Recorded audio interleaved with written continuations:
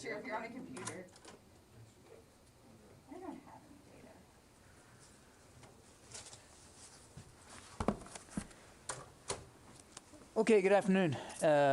Today, I'm very honored and privileged to be joined by General Frank McKenzie, Commander, U.S. Central Command. The General's got some opening comments for you that will related to the August 29th airstrike that was taken in Kabul, and then he'll stick around for some questions. I will moderate those questions as we've done before, and since we got pretty much a full house here and he's had limited time, I'd ask you to keep your follow-ups to an absolute minimum so that we can be as fair as we can to everybody. When the General's done, I'll come back up and brief on some other topics as well. So with that, General McKenzie, can you hear and see me okay? John, I can hear and see you fine. How me? Over. All good here, sir. I'll turn the floor over to you. Thanks, John. Good afternoon.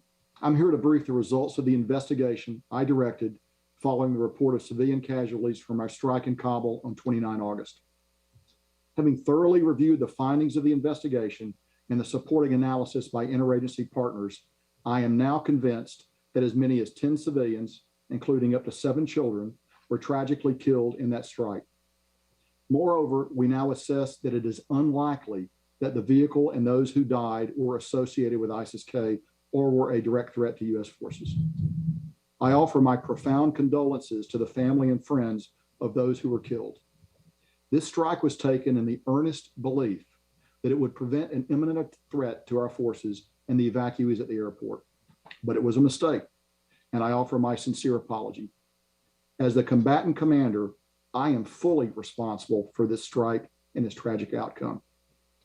While I've begun with the most important findings of our investigation, I do want to provide the background leading up to the strike and include an explanation as to why we felt reasonably certain that this was a legitimate strike on an imminent ISIS-K threat, with no indication that the strike would result in civilian casualties, as we asserted in our initial statements. The strike on 29 August must be considered in the context of the situation on the ground in Kabul at Hamid Karzai International Airport, following the ISIS-K attack that resulted in the deaths of 13 soldiers, sailors, and Marines, and more than 100 civilians at Abbey Gate on 26 August, and also with a substantial body of intelligence indicating the imminence of another attack. In the 48 hours prior to the strike, sensitive intelligence indicated that the compound at point number 1 on the map, and let's bring the map up now, please. And we're just going to bring this up. Hopefully you have an opportunity to see it here as we go forward. John, can you see the map there? They've disabled you, sir.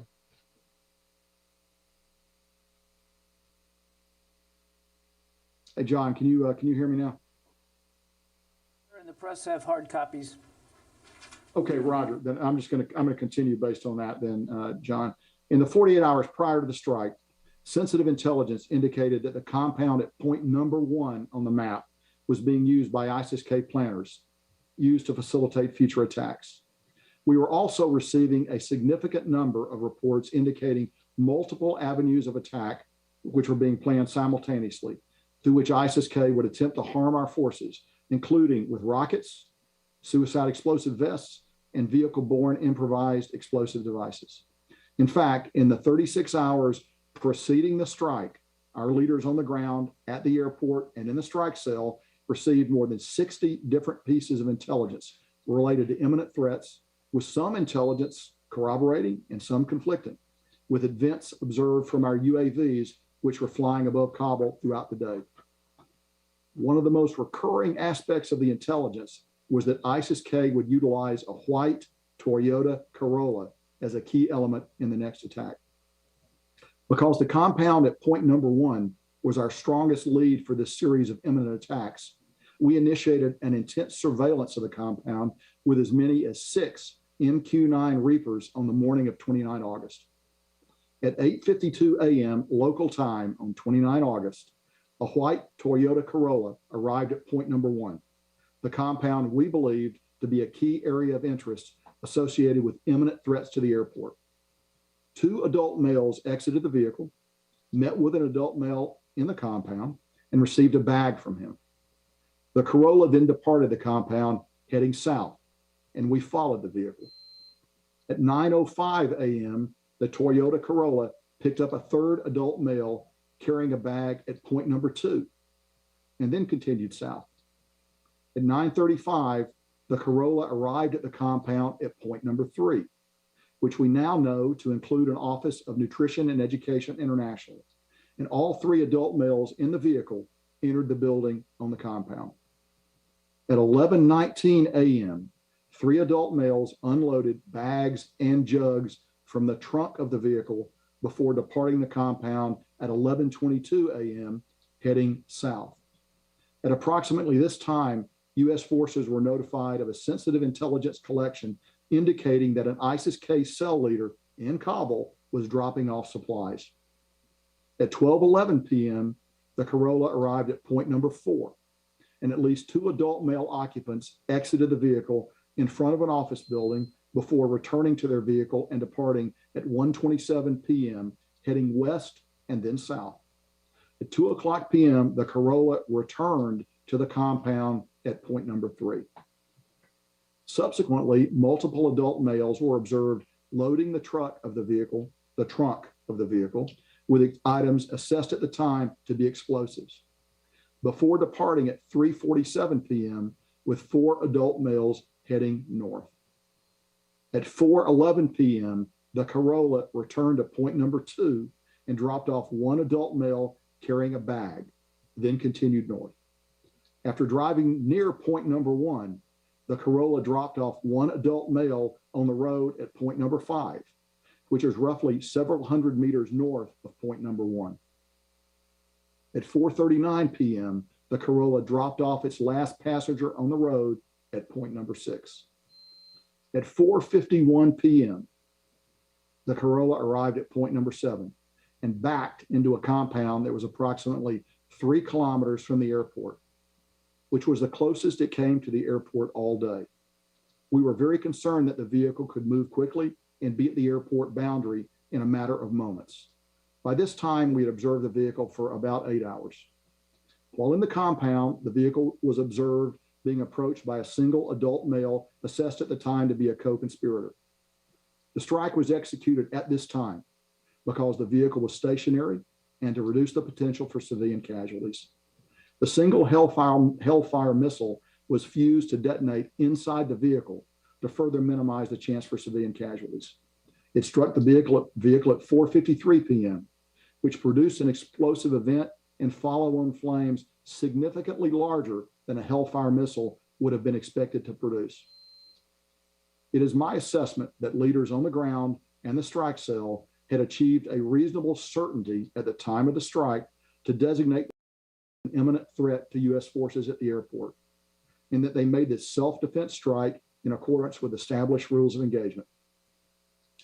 That assessment is based upon interviews with leaders on the ground and members of the strike cell, on a review of the intelligence available to the team at the time of the strike, and on the team's of how this vehicle and its occupants' actions were confirming the intelligence that they were seeing. It is further my assessment that the strike team were convinced at the time of the strike that the area was clear of civilians and that they had taken prudent steps in regards to weaponeering the strike to minimize the potential for civilian casualties. Finally, it is my assessment that they did believe, as reported, that there was a secondary explosion. Our investigation now concludes that the strike was a tragic mistake. First, I will stress this was not a rushed strike. The strike cell deliberately followed and observed this vehicle and its occupants for 8 hours while cross-checking what they were seeing with all available intelligence to develop a reasonable certainty of the imminent threat that this vehicle posed to our forces. Second, while the initial reports indicated a secondary explosion, the initial investigation could only conclude that there was a possible to probable presence of external accelerants that could include either explosive material in the vehicle or an ignition of the gas tank of the vehicle. Subsequent analysis could not rule out the presence of a small amount of explosive material, but determined that the most likely cause was the ignition of gas from a propane tank located immediately behind the car. Such an ignition would have created the brief but massive fireball oriented directly up and out of the compound that was observed in the video and displayed in this photo. If we could get that next photo up, please. They have you disabled, sir. Finally, while the strike cell reported, John, can you hear me okay? I got you, sir. Roger. Finally, while the strike cell reported the presence of 2 adult males, one inside the vehicle and one outside the vehicle at the time of the strike, the cell initiated a review of their footage immediately following the report of civilian casualties and determined that a few partially obscured forms were briefly visible moving in the compound. This led to my initiation of an investigation within 24 hours of the strike. A comprehensive review of all the available footage and reporting on the matter led us to a final conclusion that as many as 10 civilians were killed in the strike, including up to 7 children. At the time of the strike, based upon all the intelligence and what was being reported, I was confident that the strike had averted an imminent threat to our forces at the airport. Based upon that assessment, I and other leaders in the department repeatedly asserted the validity of this strike. I am here today to set the record straight and acknowledge our mistakes. I will end my remarks with the same note of sincere and profound condolences to the family and friends of those who died in this tragic strike. We are exploring the possibility of ex gratia payments. And I'll finish by saying that while the team conducted the strike, did so in the honest belief that they were preventing an imminent attack on our forces and civilian evacuees, we now understand that to be incorrect. With that, I'm ready to take your questions. Thank you, General. Tom. General, this is a complete and utter failure. Can you explain how this possibly could have happened? Well, so this particular strike, it certainly was a terrible mistake, and we certainly regret that. And I've been very clear that we take full responsibility for it. At the same time, we were carrying on a number of complex operations designed to defend ourselves. We conducted a strike a couple of days before up in Nangarhar that was very successful. We conducted other operations across the battle space to defend ourselves during this very difficult 48-hour period when so many imminent threats were manifest. So while I agree with it, this strike certainly did not come up to our standards, and I profoundly regret it. I would not qualify the entire operation in those terms. And will anybody be held responsible? We are in the process right now of continuing that line of investigation, and I have nothing for you now because that involves personnel issues. Please identify yourself and your outlet when you ask your question, David. David Martin with CBS News. So you said that you started following this car after it showed up at a place associated with ISIS. In retrospect, was that place associated with ISIS? And this was described as an over-the-horizon strike, which is what the U.S. is going to be relying on from now on in Afghanistan. So what does this incident say about the reliability of future strikes against terrorist threats in Afghanistan? Sure, David. So I'll take the first part of your question and begin with that. So point 1 on the map, we do assess very definitely associated with ISIS-K. In fact, a little less than 24 hours later, rockets will be launched from that point against the airfield. So we had very good intelligence to make us think point 1 on the map was in fact an area where ISIS was centered. So I think that was a very good intelligence supported that belief. Now, the second part of your question about whether this will affect future OTH operations. Let me be clear. This was a self-defense strike taken under self-defense rules of engagement based on an imminent threat to attack us. That is not the way that we would strike in an OTH mission going into Afghanistan against ISIS-K targets. For one thing, that will not be a self-defense strike. It'll be done under different rules of engagement. So, and we would have a lot more opportunity probably than we had under this extreme time pressure to take a look at the target, to use a phrase that you'll be familiar with, to soak the target with multiple platforms, to have an opportunity to develop extended pattern of life. None of these things were available to us given the urgent and pressing nature of the imminent threat to our forces. Phil. Are you considering reparations for the victims here? And what happened with this strike say to you about the over-horizon capability that we've been hearing so much about? What are the risks involved with carrying out strikes when you don't have people on the ground in Afghanistan going forward? Sure. So as I said in my statement, we are considering ex gratia or reparations for this, and that'll ultimately be a matter for policy. So we're in consultation with the Office of the Secretary of Defense to determine the way forward there. As you will also understand, it's very difficult to reach out on the ground in Afghanistan, to actually reach people. But we are very interested in doing that, and we'll move on it based on our ability to do that. So your question about this and OTH, I'll sort of echo what I said to David. I would reject a parallel between this operation and an over-the-horizon strike against an ISIS-K target. Again, because we will have an opportunity to further develop the target in time, to look at pattern of life. That time was not available to us because this was imminent threat to our forces. It's important that I emphasize that. We did not have the luxury of time to develop pattern of life and to do a number of other things. We struck under the theory of reasonable certainty.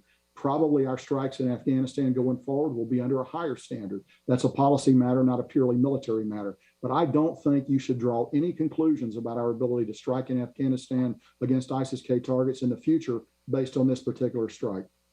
Sylvie. Hello, General Sylvie Lantom from AFP. You said that you had intelligence about a threat emanating from a white Toyota. So was it this intelligence was not good, or there was another white Toyota which was dangerous and nothing happened from another white Toyota? So I would tell you this. Clearly, our intelligence was wrong on this particular white Toyota Corolla. At the same time, we undertook a variety of things to make it hard for them to get at us during this period of time. We closed the gates, which we didn't want to do at HKI during this period of time as force protection. We were very active with our ISR overhead, which we know is very, often has a suppressive effect on their activities. We still took rockets the next day, as you know, and they fired those rockets from near Point One and from other places actually near the route of this vehicle. But I would tell you unequivocally in this case, clearly the intelligence was wrong on this vehicle. And we certainly regret that, as I've been very clear.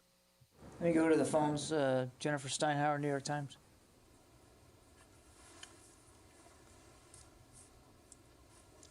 Jennifer, you there? My question's on a different matter, John, for after this. All right. Okay. Louis Martinez, ABC.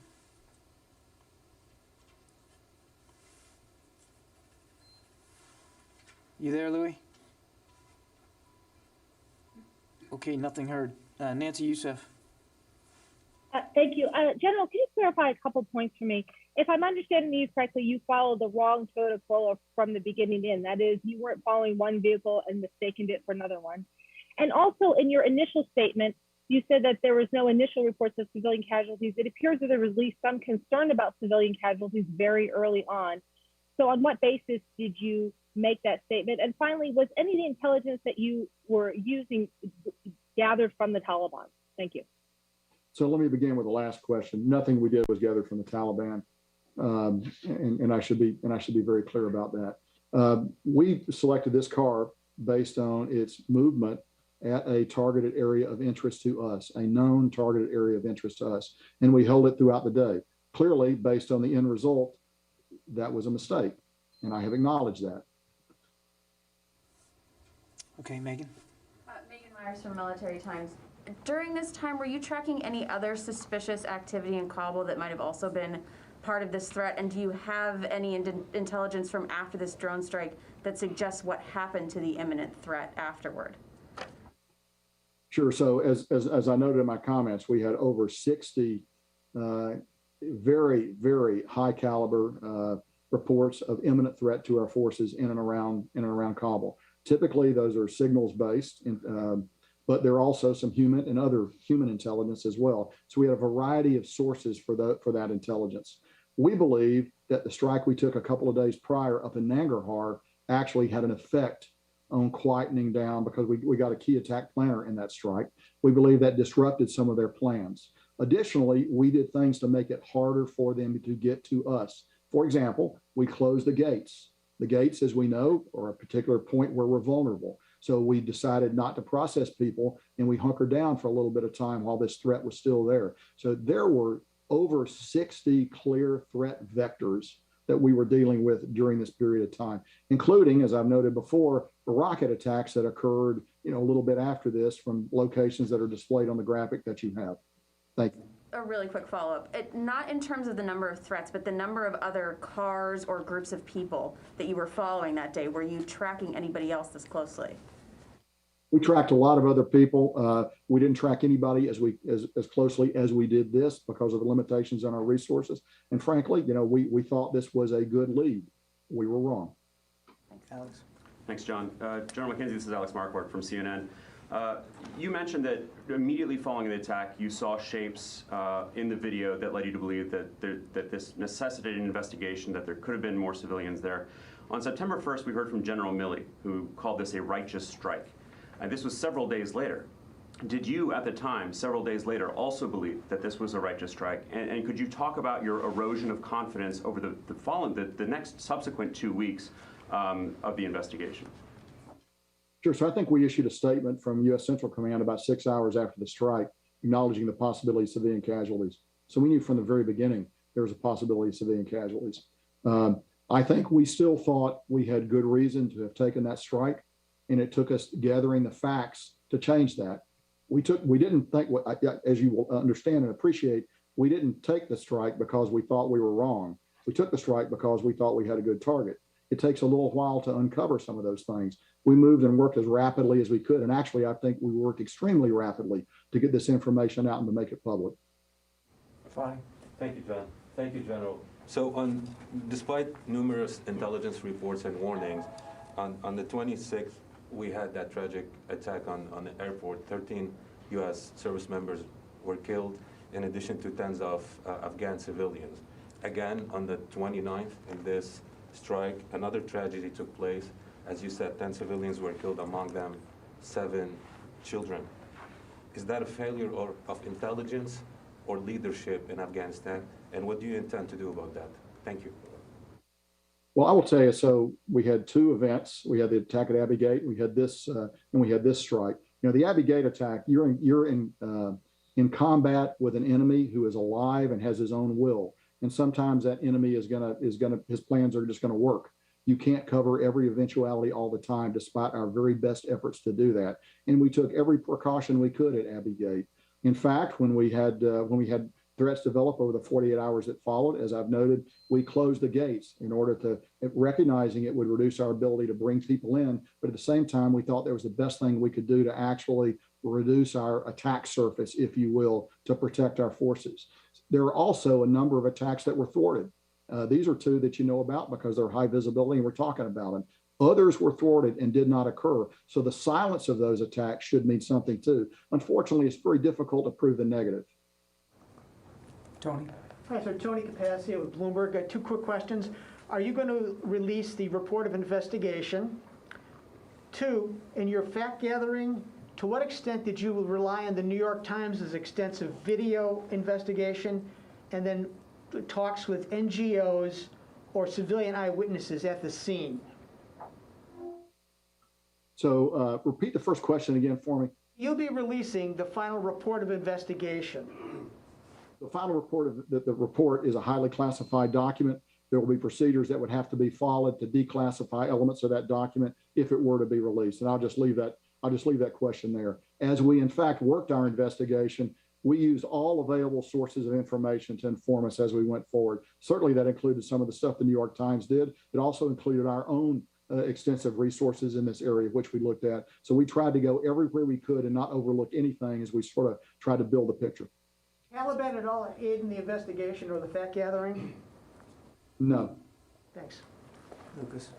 General McKenzie, Lucas Tomlinson, Fox News. Did you have forces on the ground that helped you conduct this strike?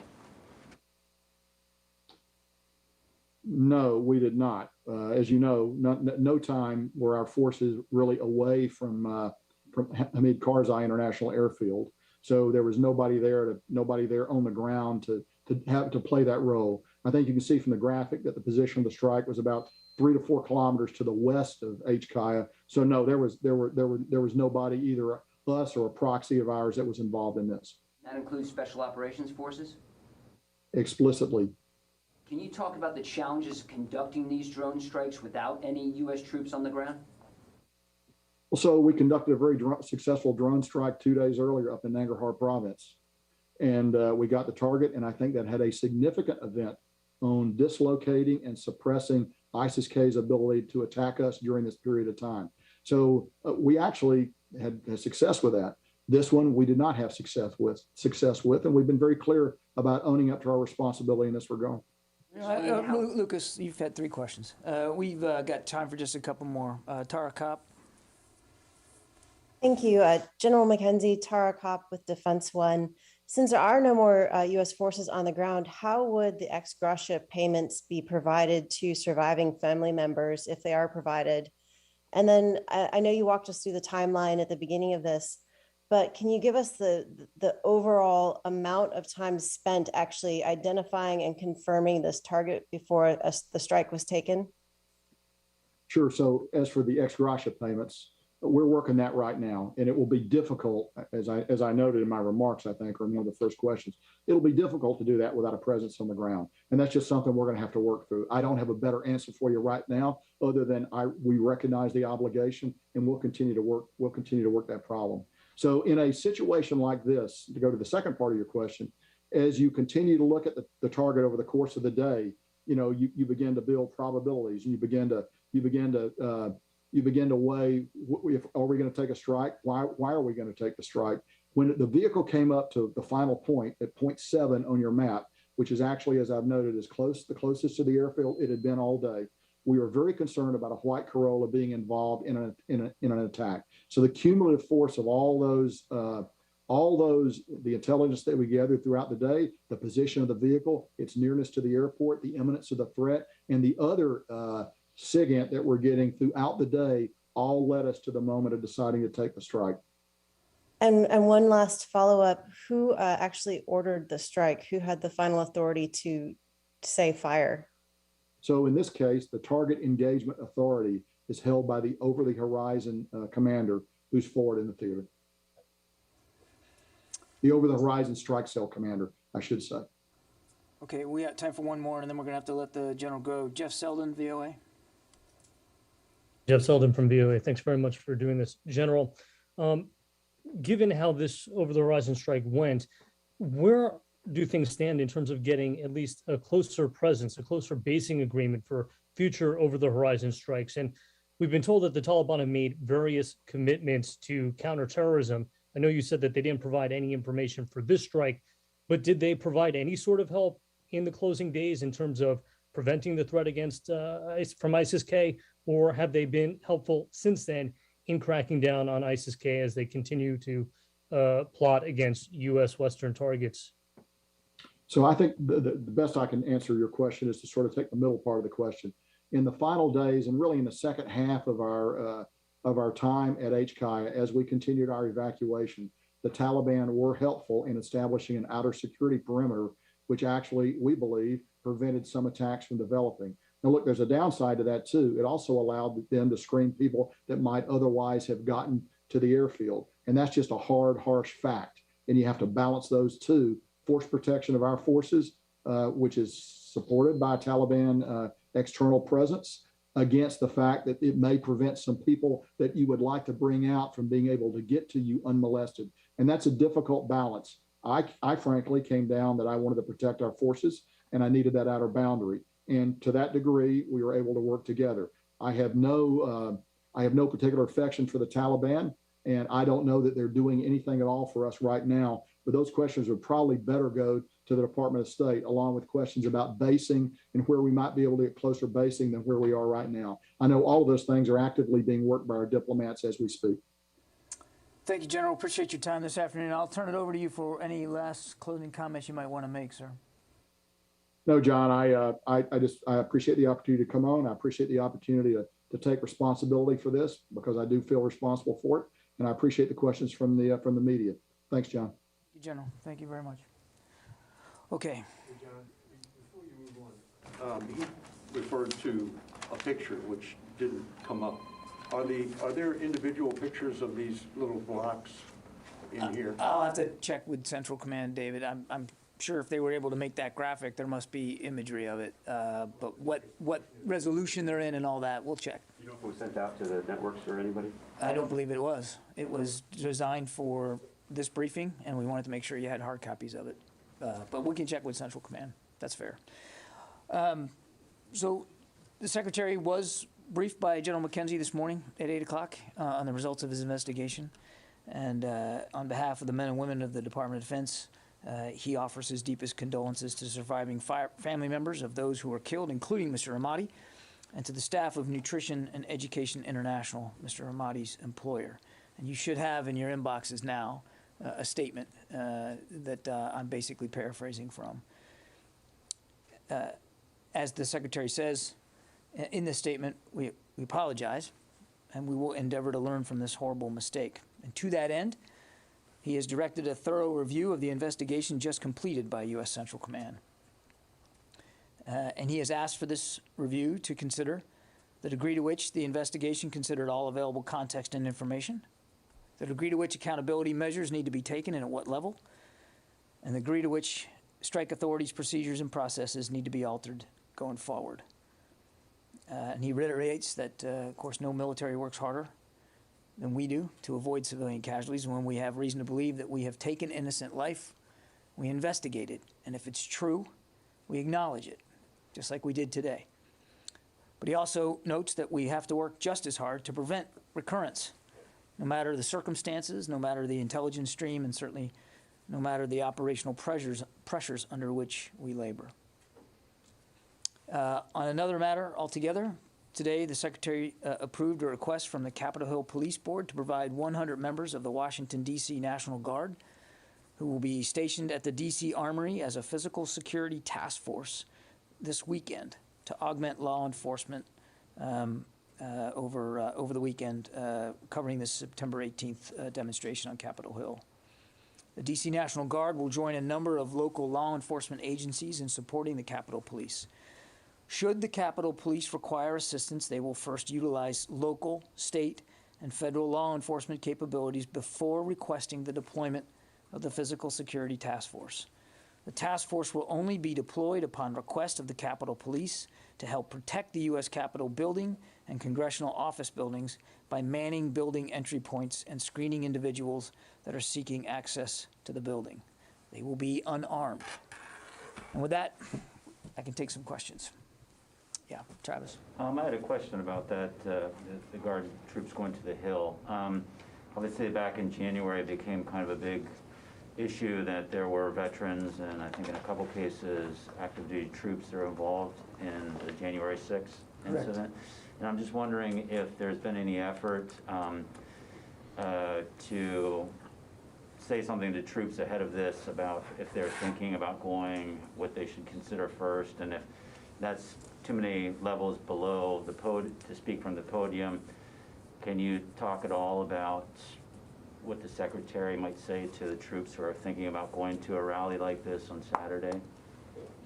I don't know of any official communication that's come out from the department at any level specifically to troops who might consider being a part of a protest. There are already limits to what they can do in uniform, and clearly political protest is one of those things they're not allowed to do. But I don't know of any specific, guidance that's been issued. They are American citizens, and in their off-duty hours, they're allowed to participate in social events like that, social political events like that. But they can't do it in uniform. And obviously, should things turn violent, then they will be held accountable for any violence that they participate in.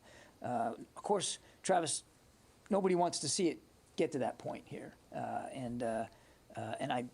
The Secretary has confidence that the men and women of the department understand the limits and the constraints on their behavior in these kinds of circumstances. So. Is the Secretary satisfied with the level of accountability so far following from this investigation, or is he concerned that there hasn't been enough accountability following this strike? I'm not going to characterize it one way or the other right now, Phil. As I said just a few minutes ago, he's asked for a review of this investigation, and one of the things that he wants the review to do is take a look at accountability and the degree to which accountability measures need to be considered, and if so, at what level. So I'm not going to get ahead of his decision-making on that. Has he ruled out firing anybody? I'm not going to get ahead of the Secretary's decision-making. That's why he's asked for a review, so he can get a look. Yeah. Mike Brett for the Washington Examiner. Will there be a review of the first strike at all? The one in Nangarhar? Yeah. No. No. Yes. Yep. In the back there. So it's Wafa. on Iraq. Today, the Joint Operations Command announced an agreement, security agreement with the U.S. to reduce the combat troops at Ain al-Assad Air Base and Erbil by the end of September. The OIR statement didn't mention any reduction of the troop level. Can you please clarify what's going on in Iraq now, why there's like misunderstanding between the Iraqi part and the coalition? And also, can you confirm that their level of troops will remain the same through at least September in Iraq? I can't confirm that, and you're going to have to let me take your question on the statements because I just haven't seen those today, and I don't want to venture a guess right now. So let me take your question, and we'll get you an answer back. If you can just explain a little bit about the capabilities that the U.S. forces will maintain after December in Iraq. Will they be able we're targeting? Yeah, we're obviously still in technical talks with the Iraqis about the presence going forward. I'm not going to get ahead of those talks or what decisions they might make. So I think it's better for me to just leave it where we are right now. And the shift of the mission, the nature of the mission in Iraq, will affect in any way the mission in Syria? Again, I'm not going to get ahead of decisions that haven't been made or policies that haven't been decided upon. We're in talks with the Iraqis about what the posture is going to go forward. We have a much smaller presence in Syria, but it's aligned to the same mission, which is to continue to counter ISIS and their influence in both Iraq and Syria. So while they are different places, different force postures, same ultimate goal. But I'm not going to speak about policy decisions or operational decisions that haven't been made yet. Janie. Thank you, John. Recently, North Korean leader Kim Jong-un sent a victory message to the Taliban and urging the U.S. military to quit. What is your comment on that? Did not see the comment by Kim Jong-un, so he can speak for his own communications with the Taliban. What I can tell you is that we no longer have a presence on the ground in Afghanistan. Our involvement in that war on the ground is over. And the president made clear his intention to do that. The retrograde withdrawal is done, as well as the military element of evacuating Americans and special immigrant visa holders. That said, the U.S. government is still very much going to stay involved and trying to help people leave who want to leave and who qualify to leave. And as you heard General McKenzie say, we're also going to stay focused on the terrorist threat that could emanate from Afghanistan. Yeah, Sylvie. Hello, John. I would like to ask you a few details about the AUKUS agreement announced yesterday on the military side. The Australian Defense Minister spoke about basing. Does it mean that U.S. wants to deploy U.S. troops on Australian soil permanently? Well, we already have a rotational Marine Corps deployment there, which the Australians have been incredibly gracious and generous in helping host. And I don't want to speak for, again, decisions that haven't been made, but one of the things that was discussed was the opportunity to expand that presence in Australia and that access to Australia, but no decisions came out of yesterday's Osman 2+2. But that is something that I think you can expect we're going to continue to talk to the Australians about going forward. And in terms of missiles, did you get any? Well, again, I think you heard both the Secretary and the Minister. Minister Dutton talk about this yesterday. That there was a range of capabilities that we're going to continue to explore with our Australian allies. No decisions have been made. The only decision really in terms of capabilities that came out of yesterday was, of course, the decision to help the Australian Navy acquire nuclear submarines. But as part of the meeting yesterday, they talked about a range of other types of capabilities that we might want to continue to pursue with Australia. But those discussions are really just starting. And again, these are going to be bilateral decisions made by both the United States and Australia going forward. Outside of AUKUS, of course, Great Britain will be involved in AUKUS-related things as well. But my point is these are sovereign decisions that these nation states have to make, and I just don't have anything additional to read out today. Fadi. Thank you, John. I have two separate questions. So the first one is on the 29th attack. As General McKenzie said, the statement from CENTCOM on that day, at the end, it mentioned the possibility of civilian casualties. Mm-hmm. So I'm still wondering why General Milley, on September 1st, still called this strike righteous attack. I think General McKenzie answered that question quite well, Fadi. I'm not sure that I can add to that, and I'm not going to speak for Chairman Milley, but as you saw from General McKenzie, within 24 hours of an indication that there could have been civilian casualties, he launched an investigation, as is his responsibility, and he just completed it.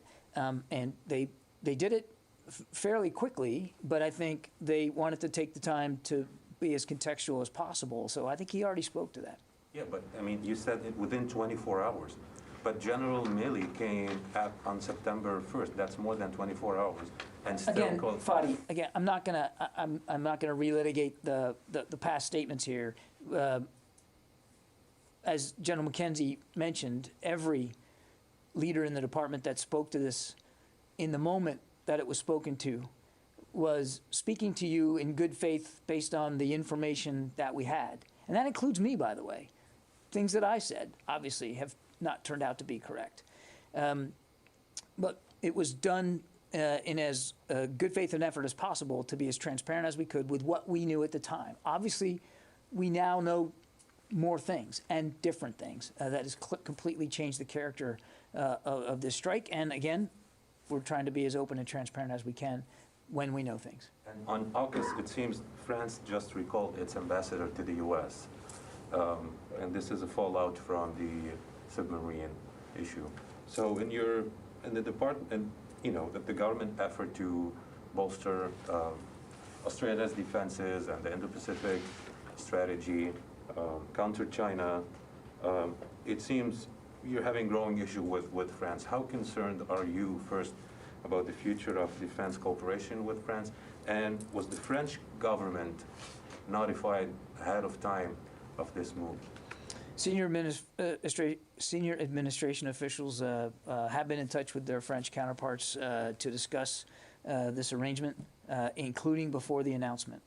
The Secretary spoke with the French Minister of Defense this morning, and I won't characterize the French side, of course, but it was clear from the discussion that there is still much work to do in terms of our defense relationship with France. I mean, more things to work on. That there are opportunities and shared challenges and shared interests that both ministers committed to continue to explore. And there's, as the President said, there's no regional divide that separates the interests of our Atlantic and our Pacific partners. Ensuring a free and open Indo-Pacific is a shared interest between the United States and Europe, and we will continue our close cooperation with NATO and the EU and other partners on that kind of an endeavor. Okay, Tony. On Australia, I want to have a follow-up there. Going forward now, what role will the Pentagon and the Navy play with Australia in terms of smoothing the way for the introduction of nuclear submarines. You know, they were going to buy diesel subs, now they're going to buy nukes. Over the next 10 months or so, what's going to happen? What's the role of the Defense Department and Navy? Yeah, Tony, obviously we're going to be putting together the framework of what this is going to look like, this process going forward, but I think you can obviously expect that the United States Navy and Navy nuclear reactors will be very much involved in helping with the acquisition of this capability. Are there any particular questions that need to be answered to the Navy's satisfaction about Australia's capability to build nuclear submarines, or having contractors Yeah, to build I don't think submarines? all that's been worked out right now, Tony, but yes, there's a lot of questions that have to be answered here. I mean, this is a significant undertaking, and it will add significant capability to the Australian Navy, as well as reach. And there's going to be a lot of questions and technical details that have to be worked out. But to your first question, of course, the United States Navy and Navy nuclear reactors will be very much involved I need to ask from you the very a beginning. Okay, I'd like to ask you a Milley question, a General Milley question on the controversy with the book. Is the Department of the Defense mulling, reviewing, and releasing in redacted form the transcripts or classified notes of the Milley-China conversations that were leaked to Woodward for his book? Any thought about just releasing them like the White House did last year with the Trump President of Ukraine transcript? I know of no such plans to do that, and I'd refer you to the Joint Staff to speak to whatever notes they might have on a counterpart call that the chairman conducted. Okay. I think I got to get to the phones here. Jennifer, are you still there? Yeah, I am. Thank you. About the Afghanistan refugee situation on bases, are you still monitoring? Do you know of more measles or other communicable disease cases? And are you obligated to report those, at least domestically, to local health officials?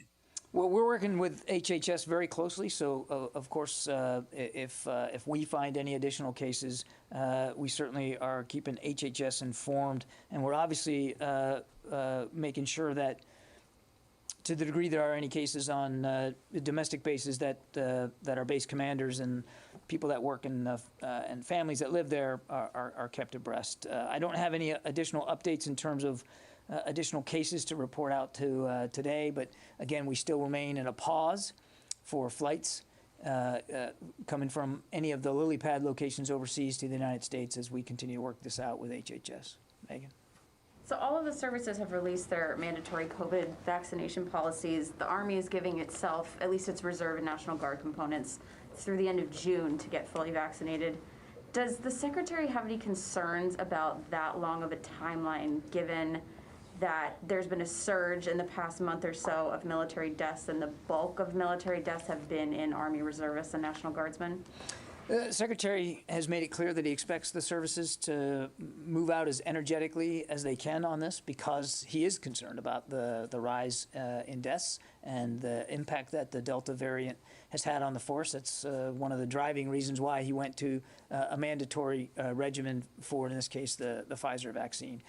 He spoke to the service secretaries just a few days ago about this very topic, and they reported out to him their progress and what their implementation guidelines were. He's satisfied that they are working hard enough and fast enough to try to improve the vaccination population inside each of the services, but it's not something that he's just going to lose focus on. He's going to continue to engage with the services, continue to get updates, and certainly if the Secretary feels like a change in implementation needs to occur in any one service based on whatever the data is or what the rate of infection is, certainly the rate of deaths. I mean, he will absolutely do that.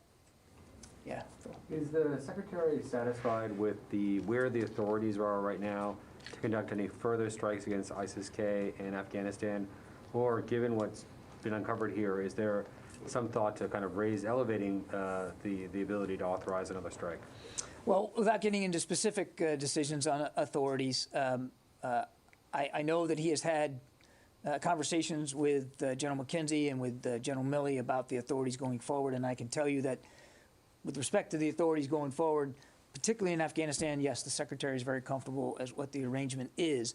Secondly, as I announced at the top there, in this review that he has ordered on this particular investigation, he does want the review to factor in any changes in procedures, processes, and authorities for strikes going forward that might be recommended. So it's going to be part of the review. Yes, in the back there. On AUKUS, the submarines, the long-range missiles, the rotations of air, sea, and naval forces. What is it about the deployment and the rotation of these forces that's going to help the U.S. achieve its strategic goals in the Indo-Pacific? It's not about just achieving U.S. goals in the Indo-Pacific. It's about, and you heard the Secretary talk about this yesterday, it's about improving what he calls integrated deterrence, which is really about being able to, in a networked way, improve the capabilities of not just all the joint force, but our allies and partners as well. And as he said, this will improve the Australian Navy's reach, and it'll improve their capability. And in a highly contested security environment, as we have seen in the Indo-Pacific, the Secretary believes, the United States believes, that this is a worthwhile endeavor. Yeah. More on the National Guard. Was the initial request that came in from the Capitol Police to include armed National Guardsmen, and was that something that was considered by the Secretary? I've seen the press reporting on this, Matt. I'm not going to get into the sausage-making process. What I can tell you is that we did approve an official request for a physical security task force, and they will be at the Armory, and they will be unarmed. Strictly unarmed. Strictly unarmed, yeah. Okay, thanks, everybody. Appreciate it.